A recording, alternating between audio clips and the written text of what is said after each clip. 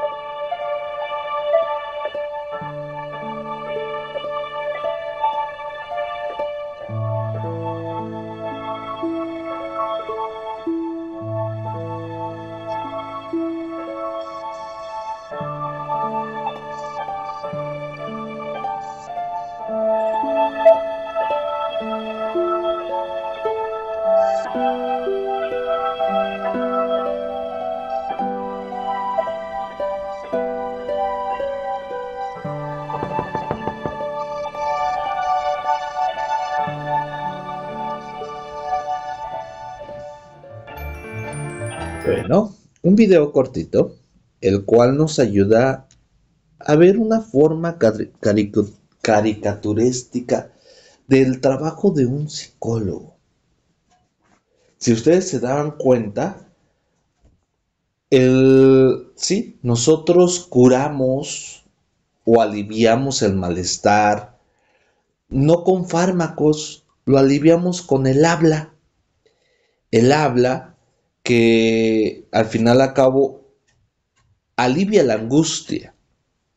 Pero para ello primero tengo que recibir qué se me está diciendo, analizarlo, trabajarlo y ahora sí, regresarlo a la persona con lo que ya se ha platicado, con una confrontación, ya sea con un parafraseo, etcétera, etcétera, etcétera. Entonces, vamos a ver el día de hoy, evaluación psicológica. ¿Cuál es el objetivo de la evaluación psicológica? Es examinar la conducta normal y patológica de un sujeto o grupo de distintos ámbitos y con diversos objetivos como describir, clasificar, predecir e incluso valorar la intervención psicológica. Es decir, nosotros no solamente trabajamos con problemáticas, no solamente trabajamos con malestares, los cuales afectan la vida cotidiana del sujeto. También trabajamos con toda esta parte de una conducta normal que muchas veces socialmente es mal vista, es castigada, pero que puede ser una conducta muy normal, ¿no? Nosotros como psicólogos tenemos que tener la apertura de todo. Decir, sé que mis pacientes van a llegar y me van a comentar cosas que tal vez vayan en contra de mi ideología, cosas que sean muy naturales, muy cotidianas o cosas que se salgan un poquito de todo ello, ¿no? Entonces el psicólogo tiene que tener la capacidad de ver todo eso, conductas, hábitos, opiniones, para poder dar una buena evaluación. Si yo solamente tomo un pequeño fragmento de todas esas situaciones, me voy a quedar corto. Entonces tengo que ver la vida del sujeto como una totalidad. La tengo que ver como un todo, el cual está afectando la vida del sujeto. ¿Va que va? Entonces, continuamos. Hay muchas herramientas. Es cierto que hay muchas herramientas para la evaluación de la conducta psicológica o este comportamiento humano. Para todo ello, pues necesitamos saber primero qué nos está arrojando nuestra entrevista para poder ver las diferencias individuales. Para eso, pues nosotros podemos aplicar diferentes test proyectivos o pruebas psicométricas.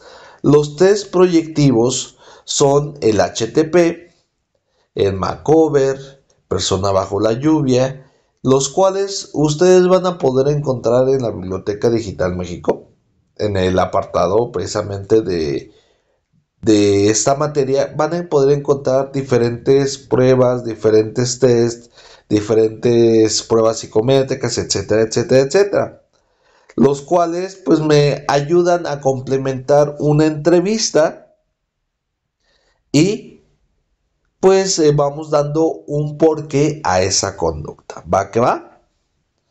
Dice, esta diversidad que caracteriza la evaluación psicológica también está presente en sus objetivos. Así, entre estos señalan: 1. La identificación de la conducta problema. Por ejemplo, un alcohólico, ¿cuál sería la conducta problema?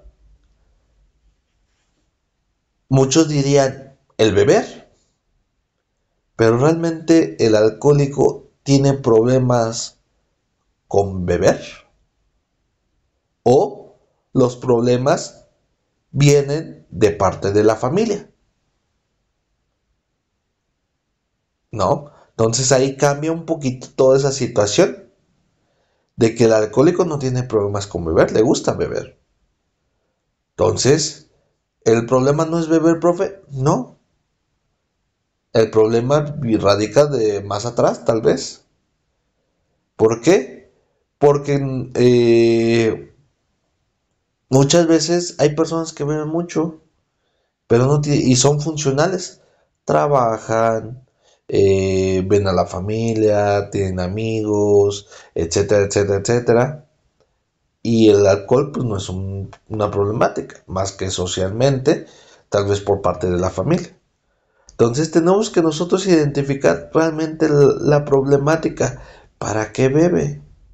Ah, es que bebe, cada vez que bebe, tiene el valor de confrontar a sus padres.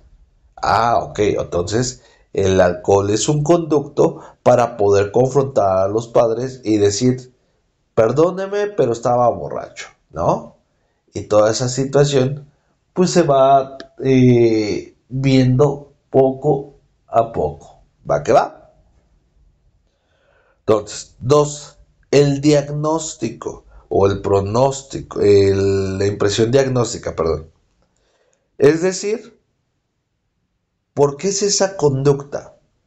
¿Por qué está bebiendo? Ah, porque tiene problemas con los papás y solamente así lo puede confrontar. Entonces, vamos a trabajar la conducta de los papás. Ese es un diagnóstico, ¿no? Después viene la evaluación de los resultados del tratamiento. ¿Qué ha pasado? ¿Cómo te sientes? ¿Qué ha cambiado desde que empezaste a venir? No, pues ya no peleo con mis papás, sigo bebiendo, pero pues ya no hay un conflicto, ya no llego, les reclamo, ya simplemente lo hago por gusto y hay veces que ya no me dan ganas de beber, por decir algo, ¿no? De igual manera, en esta situación a nosotros se nos puede pedir un peritaje jurídico. Es decir, la aplicación de pruebas, crear un expediente, un diagnóstico, una impresión diagnóstica para una cuestión legal. ¿Cómo? Por ejemplo, la pelea de la custodia, ¿no? Muchas veces todas las fiscalías, toda la cuestión jurídica, ellos propiamente tienen sus psicólogos, pero tú tienes el derecho como persona demandante o demandado de realizar tu propio peritaje psicológico, ¿no? Por ahí hay unas cuestiones legales que se tienen que tomar en consideración, pero al final a cabo es algo que se da, ¿no? ¿Qué es lo que pasa aquí? Decir, pues yo he detectado que el niño, la niña puede estar mejor con la figura paterna por esto y esto y esto y esto. Porque la mamá es una persona ausente, es una persona drogodependiente, es una persona que no controla sus impulsos, o XY, ¿no? O viceversa, puede ser el papá. Entonces, ¿qué es lo que hacemos? Pues planteamos un oficio legal donde vienen todos los hallazgos, todo lo que se encontró, las recomendaciones, etcétera, etcétera, etcétera. Es claro que mismo fiscalía van a realizar ellos su propio diagnóstico, pero ya con ello pueden tener un previo de todo lo que se está buscando, ¿vale? Como dato curioso, todo lo que tenga que ver con peritaje jurídico, toda esta parte legal es muy bien pagado, ¿vale? Solamente que, pues como toda la parte legal, pues conlleva ciertos riesgos. Y la predicción del desempeño a futuros empleados, entre otros. Lo veíamos en psicología organizacional, si no me equivoco, donde se plantea que si yo contrato a una persona que no está en sus capacidades adecuadas para tomar un empleo, pues puede que me afecte en gran medida todo lo que haga. Por eso yo tengo que dar una certeza de lo que estoy haciendo. Tengo que evaluar bien las pruebas, tengo que evaluar bien todo lo que se hace dentro de esta área de psicología, porque es cierto, muchas veces se llenan de trabajo y dice, pues se ve medio bien, ¿no? Pero no lo vimos a profundidad o no le prestamos la atención necesaria y sorpresa, pues causa alguna problemática. Entonces, continuamos. ¿Qué es un psicodiagnóstico? Un psicodiagnóstico es una evaluación psicológica a nivel científico, ya que utiliza una metodología específica. No solo mide ciertas conductas, sino que abre la posibilidad de la investigación con respecto a la personalidad de un sujeto. Es decir, nosotros tenemos un método, sí, varía acorde a la corriente psicológica, sí. Pero ¿qué es lo que tiene finalidad? Pues es llegar al mismo punto, ¿no? Yo siempre lo he dicho. Aquel que se pelea por una corriente psicológica, que si es buena, que si no es buena, es una cuestión meramente de ego. De querer defender algo, pues si al final al cabo todos dan resultados, ¿no? Hay quien da mejores resultados en ciertos casos y otros en otros casos. Pero al final al cabo, toda esta metodología, es decir, no puedo evaluar si no hago entrevista, no puedo evaluar si no he aplicado pruebas, no puedo dar un veredicto si no he analizado todo lo anterior. O sea, tiene que llevar una serie de pasos como la metodología, una serie de pasos que te lleve a tú poder desarrollarte correctamente como terapeuta, ¿no? Para dar un buen psicodiagnóstico. La finalidad de estos psicodiagnósticos es la descripción, el diagnóstico propio, la predicción e indicación de tratamiento psicológico. Es decir, yo describo la problemática. He notado que pasa esto, esto y esto y esto y esto. ¿Cuál es el diagnóstico? Por ejemplo, el caso real, ¿no? Paciente infantil de 8 años, el cual tiene miedo de quedarse solo o sola. Hay un apego enorme hacia mamá. Es una persona que constantemente está en pensamientos de que les va a pasar algo a sus papás. Se frustra cuando lo dejan solo. Hay ataques de ansiedad por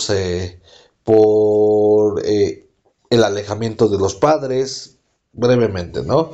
Me realmente no quiero mencionar nombres ni nada por ello, pero pues es algo así, ¿no? Ahora, diagnóstico. ¿Cuál es el diagnóstico? Hay una ansiedad, hay miedo, hay toda esa situación que lo está llevando a no quererse separar de sus cuidadores. Entonces, ¿qué puede ser? Diagnóstico después de aplicar pruebas, entrevista, intervención como tal. Diagnóstico, ansiedad por separación. Según el DSM nos dice que es esto, cumple con ciertas características, shalala, ¿no? Predicción, una predicción que puede pasar a futuro si no se trata, es decir, la ansiedad puede ir creciendo, dado a que pues una cuestión que no se va a controlar hasta cierto punto, y puede llegar a otro tipo de ansiedades, ¿no? Ansiedad generalizada, una fobia, etcétera, etcétera, etcétera. O en el lado contrario, con el tratamiento adecuado el niño podrá realizar sus actividades cotidianamente, etcétera, etcétera, etcétera, ¿no? Esa es una predicción de lo que puede pasar con una conducta. Y indicación del tratamiento psicológico. Ah, mire, ya encontramos esto, ya se analizó esto, vamos por un camino. Ahora sí, le informo en este caso al padre o madre de familia cómo se va a trabajar. Se va a trabajar sobre el miedo, se va a trabajar sobre la separación, qué es lo que va a pasar. Al principio se va a trabajar con la puerta abierta para que ustedes el niño, el menor, pueda ver a sus cuidadores en la sala de espera, se le va a permitir asomarse de vez en cuando, pero paulatinamente la puerta se irá cerrando, haciendo referencia a que los cuidadores siempre van a estar ahí en la sala de espera, ¿no? Y todo eso ayudó al niño para que pues ya pueda entrar a su consulta sin mayor dificultad, puede cerrar la puerta, ya nos pregunta constantemente por mamá ni papá, entonces esa situación se fue trabajando. ¿Para qué va? Entonces si se dan cuenta, todo esto va referente a qué tanto tengo la capacidad de analizar lo que se me está dando, lo que yo estoy obteniendo por la entrevista. La fase inicial de este proceso comienza con una entrevista de la cual surgen hipótesis que nos permiten planificar las baterías de test utilizadas según la situación. ¿Qué es una batería? Es un conjunto de pruebas que ya verán en psicometría, las cuales te van a ayudar a dar un mejor pronóstico, a brindar este psicodiagnóstico. Es decir, no siempre se aplican las mismas pruebas. Por ejemplo, hay pruebas que sí son de cajón, se dicen, ¿no? Que siempre se suelen aplicar. Por ejemplo, HTP. ¿Qué mide HTP? La relación con las figuras primarias, padre y madre, y cómo se percibe a sí mismo, ¿no? Hay pruebas, por ejemplo, test bajo la persona bajo la lluvia, que, que evalúa la ansiedad o los momentos angustiosos que está presentando el sujeto o el paciente. De ahí tenemos Macover, que es una prueba proyectiva, la cual evalúa cómo percibe tanto a su sexo como al sexo contrario y la dinámica con estos, ¿no? Pero de ahí tenemos pruebas psicométricas que, por ejemplo, matrices progresivas de Terman-Merry, que evalúa capacidades de atención, figuras progresivas, que evalúa una cuestión intelectual. Tenemos inventarios de depresión de Beck, que precisamente habla de depresión, inventarios de ansiedad de Beck, evalúa ansiedad. Tenemos pruebas cognitivas, por ejemplo, figura del rey, que evalúa daño cognitivo, daño cerebral.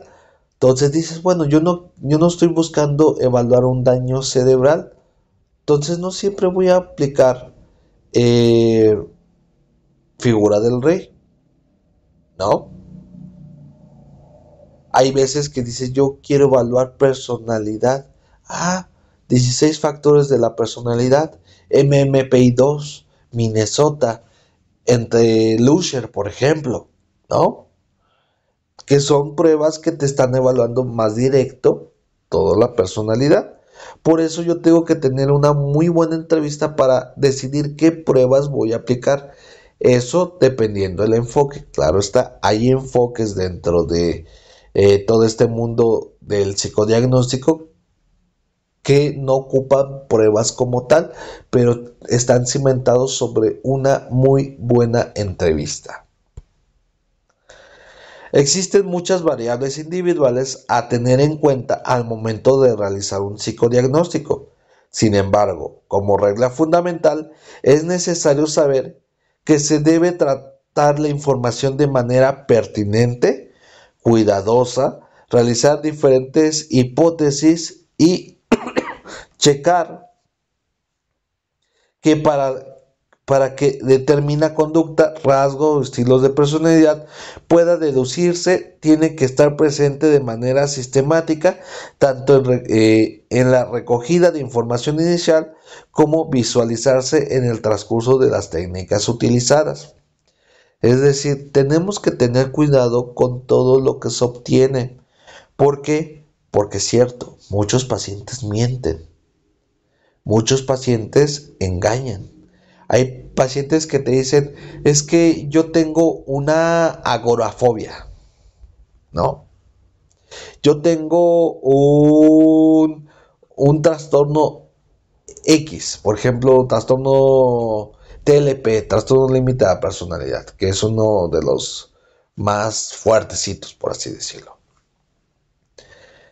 Pero solamente lo tiene al verbalizarlo. En conducta no se ve. En la parte sistemática no se ve. ¿Qué decir? Que afecte a todas sus áreas de vida, no solamente a uno. Hay personas que es que yo tengo síntomas de paranoia, pero solamente es cuando se acuerda, ¿no? Todos los otros momentos no. Entonces tenemos que tener mucho cuidado con todo lo que nosotros estamos analizando, todo lo que se nos está proporcionando para poder dar una mejor intervención a toda esta situación. Va que va. Todas esas técnicas que nosotros vamos a utilizar, sea de cualquier corriente, es decir, en el caso, por ejemplo, de la Gestalt, tienen la técnica de la silla vacía, que es muy padre porque es una parte de visualización ante situaciones muy diversas. Por ejemplo, en la cuestión del humanismo, tiene una cuestión del ABC o de una pirámide de necesidades, que dices, bueno, cumple las necesidades básicas para poder llegar a la autorrealización. O en el caso, por ejemplo, de la cognitivo-conductual, tiene el ABC de Ellis, donde se trabaja con los pensamientos, con las situaciones detonantes, con distorsiones cognitivas, con todo ello que te está dando mayor información sobre ciertas situaciones. En la cuestión, por ejemplo, del psicoanálisis, hay una cuestión de asociación libre, hay una cuestión de lapsus, de actos fallidos, de todo ello, pero se trabaja más con el habla, se trabaja más con la escucha activa. Entonces, ustedes tienen que irse definiendo qué les gusta. Yo precisamente en mi asociación, las capacitaciones que se llegan a dar con los trabajadores, es una cuestión de tienen que ponerse a estudiar porque al final a cabo entre más estudio tengas no es de que tal vez se vaya a pagar más una cuestión de remuneración, tal vez no, pero si vas a realizar tu trabajo de una forma más profesional. Entonces, dices que yo me enfoco en el cognitivo conductual, entonces ponte a estudiar. Acá están estos libros. Que me gusta el psicoanálisis. Pues ponte a estudiar, ponte a analizar, ponte a hacer algo por esa especialización dentro de esa área. Que no siempre tiene que ser dentro de una escuela, chicos. Muchas veces todo eso lo van a aprender allá fuera. ¿Va que va? Ahora, hay una evaluación neuropsicológica. La evaluación neuropsicológica nos permite un análisis funcional del cerebro, brindándonos información de las alteraciones en el área del mismo, las funciones básicas afectadas y a nivel de compromiso de esta alteración en la vida cotidiana de una persona. Es decir, yo como psicólogo muchas veces me lleno de sí puedo, sí puedo, sí puedo y trato y trato y trato y veo que no avanzo y no avanzo y no avanzo. Primero mándalo a que haya una revisión. Por ejemplo, ya estás notando que hay una cuestión de rasgos depresivos, de todo lo que tenga que ver con depresión para rápido, ¿no? Y de repente te das cuenta de todo ello y tú lo quieres trabajar porque tú dices, sí puedo, pa. Y pasan semanas, meses y ves que tu paciente no da un avance uh, muy significativo. Entonces, de repente lo mandas con el psiquiatra, el neuropsicólogo, el psiquiatra, todo el personal adecuado, ¿no? Y te dicen, ah, sí, pero es que su cerebro está en mal funcionamiento, tiene una afectación en tal área y por eso la depresión. Al final, a cabo, tú como psicólogo no hubieses podido hacer nada. ¿Por qué? Porque a nivel biológico no se encontraba bien la persona y por ende tú no hubieses podido realizar nada por esa persona. ¿Por qué? Porque por más que intentaras, necesitaba una intervención farmacológica y ya después, ahora sí, pero antes no. O muchas veces dices que esta persona tiene ciertas conductas agresivas, así, así, así, sí, y lo mandas a hacer un estudio de toda esta índole y resulta que tenía un tumor en el cerebro y por ese tumor tenía esas reacciones agresivas. Entonces dices, bueno, entonces ya no tiene que ver con una parte psicológica, ya no tiene que ver con esta parte donde nosotros vamos a ir identificando conductas desde la psique humana, sino tiene que ver desde una cuestión de un malestar biológico. Entonces, ¿qué pasa? Ah, mira, operando a la persona y su conducta se va a ir regularizando poco a poco, ¿no? No sé si tenemos que nosotros ser multidisciplinarios, es decir, trabajar con otras áreas, que si tengo que trabajar con el área médica, lo haré, con el área en específico, trabajamos más con psiquiatras, psiquiatras, que es un psiquiatra para niños o infantes, neuropsicólogos,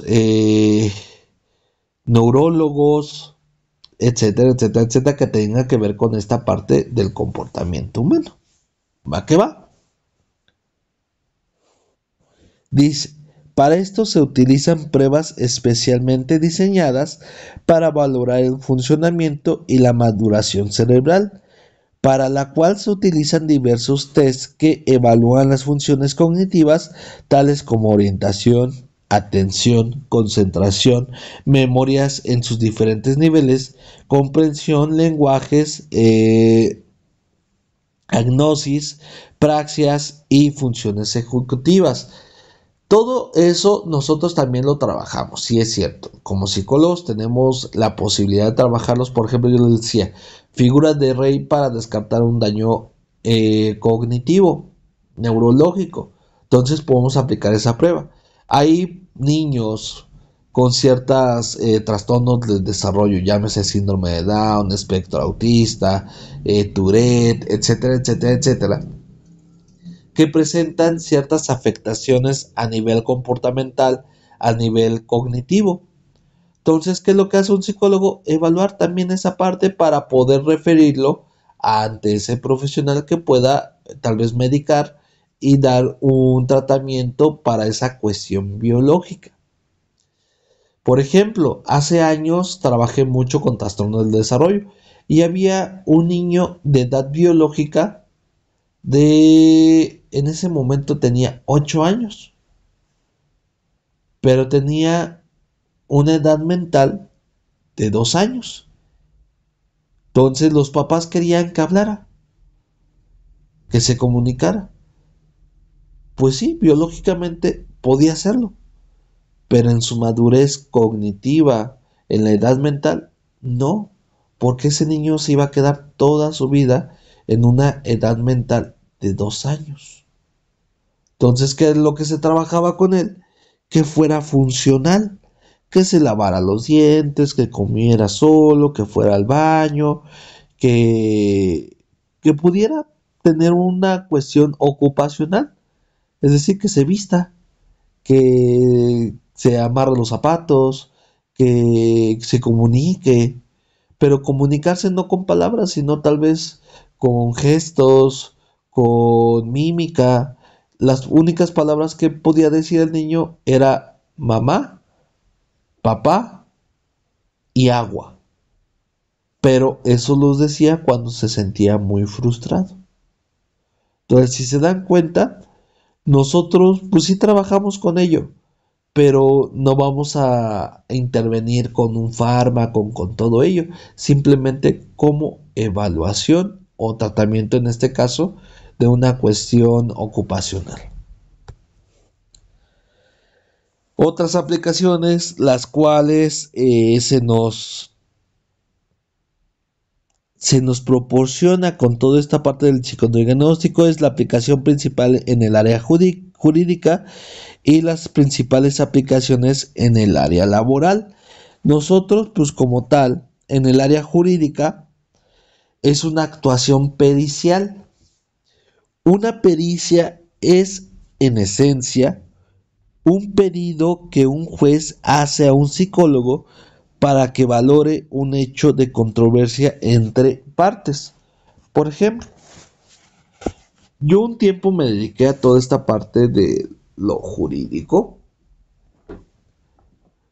y era de hacer evaluaciones, ¿no?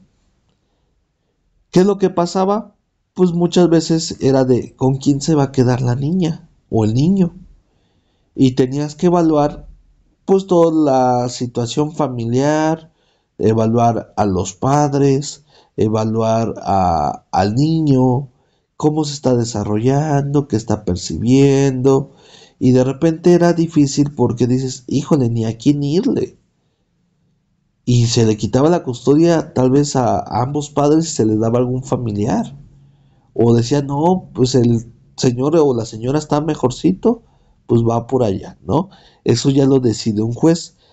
Pero se tiene que hacer una valoración científica, no solamente con opiniones subjetivas, es decir, tengo que aplicar pruebas. Porque a las pruebas no las vas a engañar.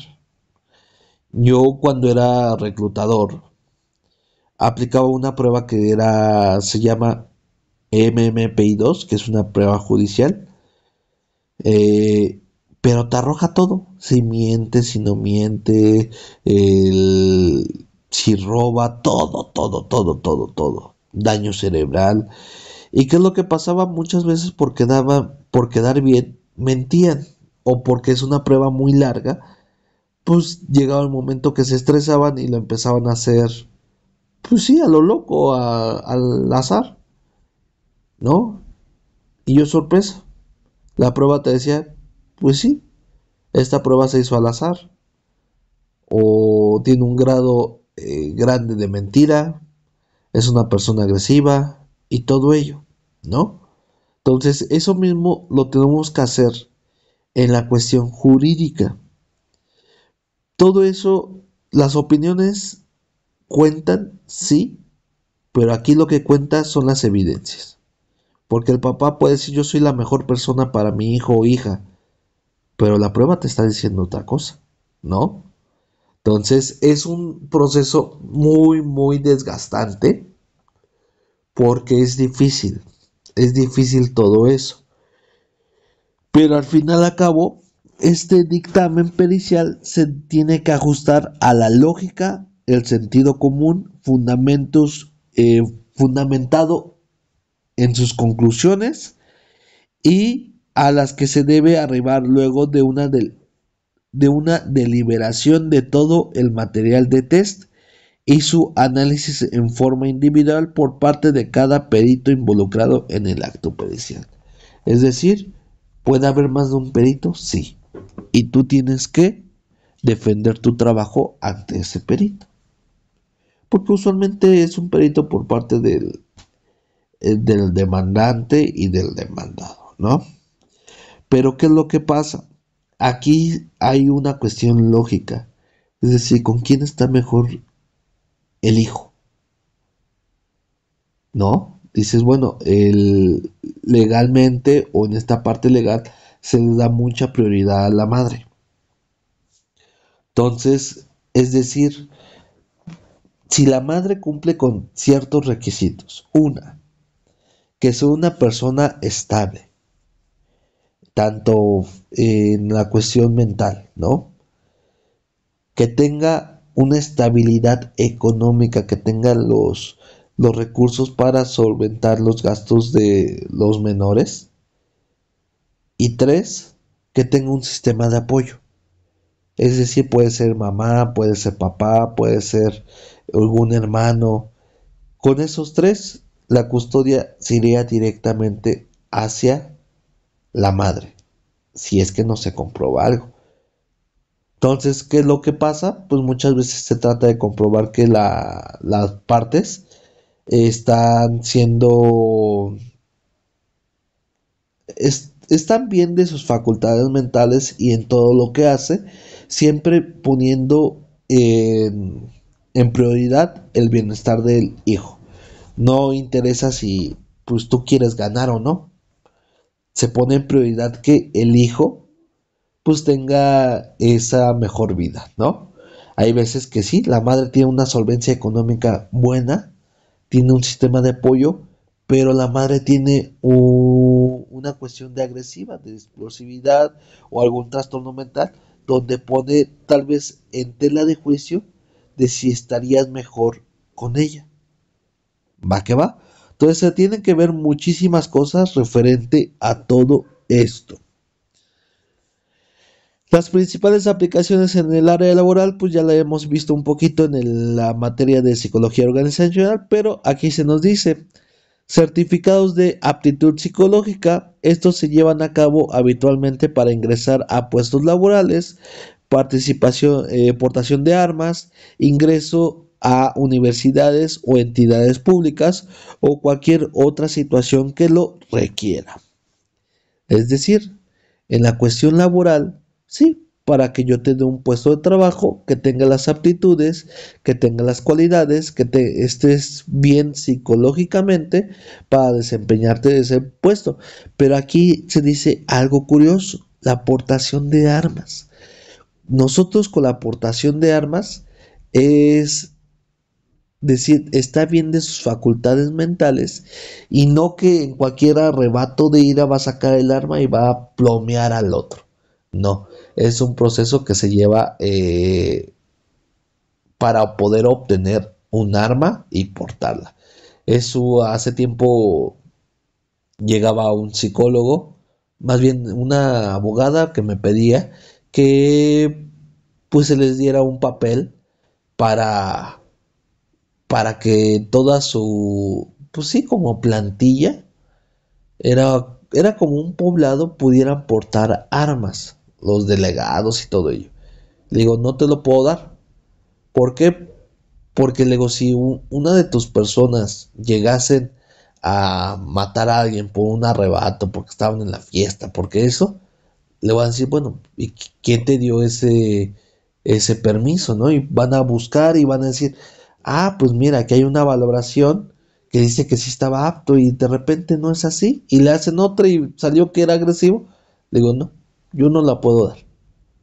Te puedo evaluar y te decir cómo están, pero hasta ahí. Pero así que yo te diga, pues sí está apto para que pueda portar el arma, no. Va que va. Y ingreso a las universidades, hay algunas universidades que hacen entrevistas psicológicas para poder ingresar.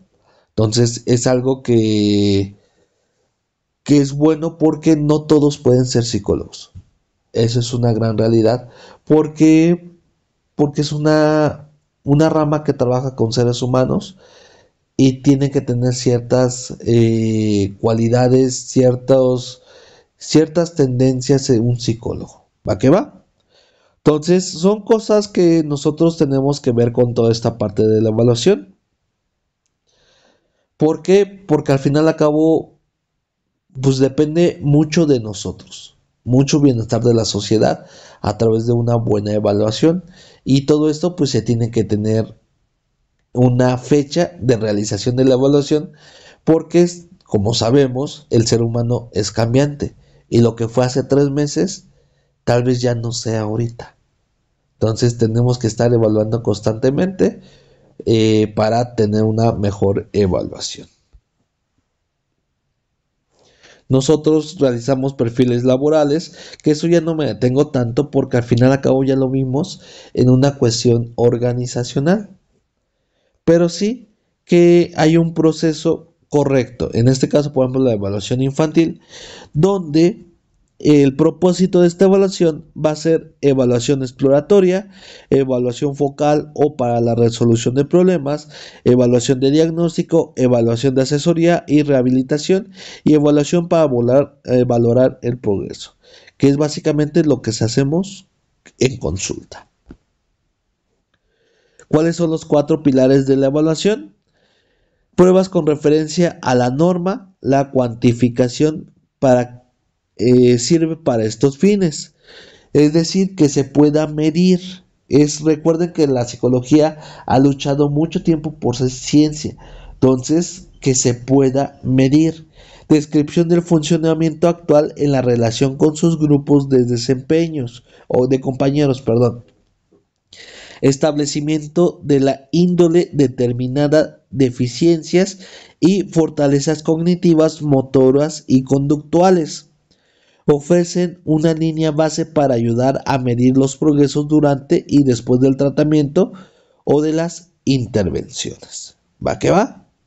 Es decir, yo mido a través de lo que estoy percibiendo, a través de lo que estoy evaluando, del sujeto dentro y fuera de su entorno. La entrevista no estructurada, semiestructurada o estructuradas, observaciones directas del comportamiento en el entorno natural y de los cuidadores en la cuestión infantil, procedimientos formales de la evaluación, pruebas con referencias o criterios, muestras de lenguaje escrito, exámenes del habla o del lenguaje, registros escolares, documentos personales, registros de automonitoreo y juegos de roles. Si se dan cuenta, la evaluación infantil es enorme. Enorme, enorme, enorme. Entonces, se puede y se tiene que evaluar en todo eso, hacer uso de todas las herramientas. Por ejemplo, esto decía registros de automonitoreo. Los padres, ¿cada cuánto hace esa situación? ¿Cada cuánto tiene un berrinche? Pues por lo menos 2, 3 veces al día. Y lo van registrando, no lo van registrando para cuando se vaya a ver al psicólogo, pues se le informe nuevamente. Y tenemos un enfoque de evaluación múltiple. Por ejemplo, las fuentes puede ser directo con el niño, con los padres, con los maestros, otros integrantes de familia, etcétera. Métodos de evaluación puede ser a través de referencia de la norma, entrevistas, observaciones, procedimientos informales de evaluación y llegar a un área evaluada. ¿Qué estoy evaluando? Memoria, inteligencia, habilidades visuales, cognitivas, motoras, lenguaje oral, etcétera, etcétera, etcétera. Todo esto para dar resultados, impresiones clínicas y recomendaciones. ¿Va que va? Entonces, si se dan cuenta, toda esta parte de la evaluación es un mundo enorme en la cual yo tengo que poner mucho, mucho énfasis para poder brindar mejores resultados. Me dio un gusto trabajar con todos ustedes, me dio un gusto poder compartir esta clase con ustedes y cualquier duda ya saben el medio de comunicación. Hasta luego.